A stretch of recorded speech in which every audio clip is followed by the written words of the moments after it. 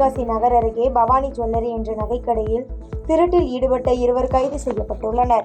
தென்காசி மாவட்டம் சன்னதி தெருவில் அமைந்துள்ள பவானி ஜுவல்லரி என்ற நகைக்கடையில் நகை வாங்குவது போல் விசாரித்து நகை திருட்டில் 2 நபர்கள் ஈடுபட்டுள்ளனர்.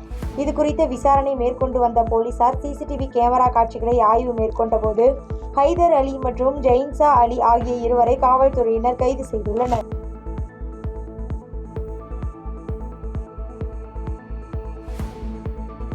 விருதுநகர் மக்கள் நல கூட்டமைப்பு சார்பாக கடைகளை அடைத்து வியாபாரிகள் ஆர்ப்பாட்டத்தில் ஈடுபட்டனர். விருதுநகர் மாவட்டம் தேசப்பந்து மைதானத்தில் மீனாம்பிகை பங்களா வழியாக பேருந்துகளை இயக்க வலியுறுத்தி விருதுநகர் மக்கள் நல கூட்டமைப்பு சார்பாக கடைகளை அடைத்து வியாபாரிகள் ஆர்ப்பாட்டத்தில் ஈடுபட்டனர். இந்த ஆர்ப்பாட்டத்தில் பொதுமக்கள் மற்றும் வியாபாரிகள் என 500க்கும் மேற்பட்டோர் கலந்து கொண்டனர். ஆண்டிப்பட்டியில் வட்டார அளவிலான சிறுதானியங்கள் மற்றும் பாரம்பரிய உணவு திருவிழா போட்டி நடைபெற்றது. தேனி ஆண்டிப்பட்டியில் வட்டார அளவிலான சிறுதானியங்கள் மற்றும் பாரம்பரிய உணவு திருவிழா போட்டி நடைபெற்றது. இந்நிகழ்ச்சியில் தேனி மாவட்ட உதவி திட்ட அலுவலர் அறிவழகன் தலைமையிலான அதிகாரிகள் குழுவினர் கலந்து கொண்டனர். திருவாரூர் நகராட்சி அலுவலகம் முன்பு ஆசிரியர் தகுதி தேர்வில் தேர்ச்சி பெற்றோர் நலச்சங்கம் சார்பில் ஆர்ப்பாட்டம் நடைபெற்றது. திருவாரூர் நகராட்சி அலுவலகம் முன்பு ஆசிரியர் தகுதி தேர்வில் தேர்ச்சி பெற்றோர் நலச்சங்கம் சார்பில் கடந்த 2013ஆம் ஆண்டு ஆசிரியர் தகுதி தேர்வில் தேர்ச்சி பெற்றவர்களுக்கு உடனடியாக வேலை வழங்க வலியுறுத்தி ஆர்ப்பாட்டம் நடைபெற்றது. இதில் 300க்கும் மேற்பட்டோர் கலந்து கொண்டு போராட்டத்தில் ஈடுபட்டனர். பட்டா ஆன்லைன் பதிவிறக்கம் செய்வதில் உள்ள குளறுபடிகளால் மக்கள் அவதியடைந்து வருவதாக மாவட்ட ஆட்சியரிடம் மனு அளிக்கப்பட்டுள்ளது. ஈரோடு மாவட்டம் மாநகர காங்கிரஸ் கமிட்டி மாவட்ட பொறுப்பாளர் டி. திருச்செல்வம் தலைமையில் ஈரோடு மாவட்ட ஆட்சியர் அலுவலகத்தில் கோரிக்கை மனு அளிக்கப்பட்டது. இந்த மனுவில் பட்டா ஆன்லைன் பதிவிறக்கம் செய்வதில் உள்ள குளறுபடிகளால் நிறைய பத்திரங்கள் கிரயம் ஆகாமல் நிறுத்தி வைக்கப்பட்டுள்ளதாகவும் இதனால் இடம் வாங்குபவர்களும் விற்பவர்களும் மிகவும் சிரமப்படுவதால் நடவடிக்கை எடுக்க கோரிக்கை வைப்பதாக தெரிவித்துள்ளனர். அரசு மருத்துவமனையில் வைகோவின் 81வது பிறந்தநாளை முன்னிட்டு நலத்திட்ட உதவிகள் வழங்கும் விழா நடைபெற்றது. சென்னை ராயபுரம் அரசு ஸ்டான்லி மருத்துவமனை மற்றும் அரசு குழந்தைகள் மருத்துவமனையில் மறுமலர்ச்சி திராவிட முன்னேற்ற கழகத்தின் பொதுச் செயலாளர் வைகோவின் 81வது பிறந்தநாளை முன்னிட்டு நலத்திட்ட உதவிகள் வழங்கும் நிகழ்ச்சி நடைபெற்றன. இதில் மாவட்ட செயலாளர் ஜீவன் கலந்து கொண்டு 500க்கும் மேற்பட்டோருக்கு நலத்திட்ட உதவிகளை வழங்கினார்.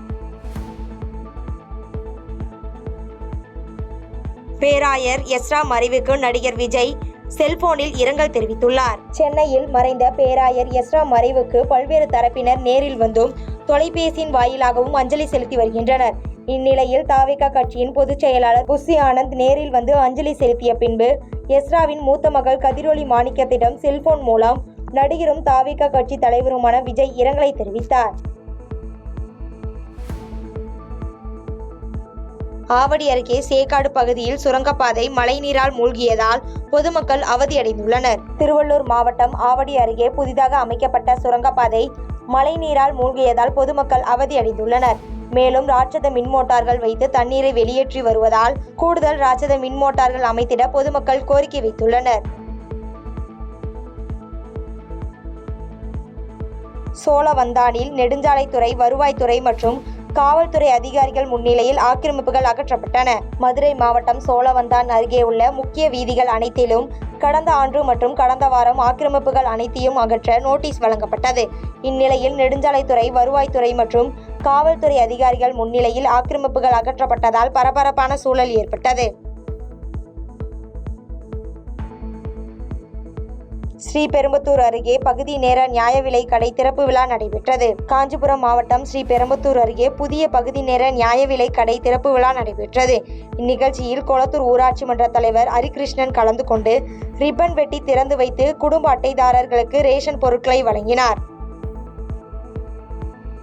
பாதகம் செய்பவரை கண்டால் நாம் பயங்கொள்ளலாகாது பாப்பா, மோதி மிதித்து விடு பாப்பா, அவர் முகத்தில் உமிழ்ந்து விடு பாப்பா. அண்மை செய்திகளை உடனுக்குடன் தெரிந்து கொள்ள இணைந்திருங்கள் இயம்நாடு தொலைக்காட்சியுடன்.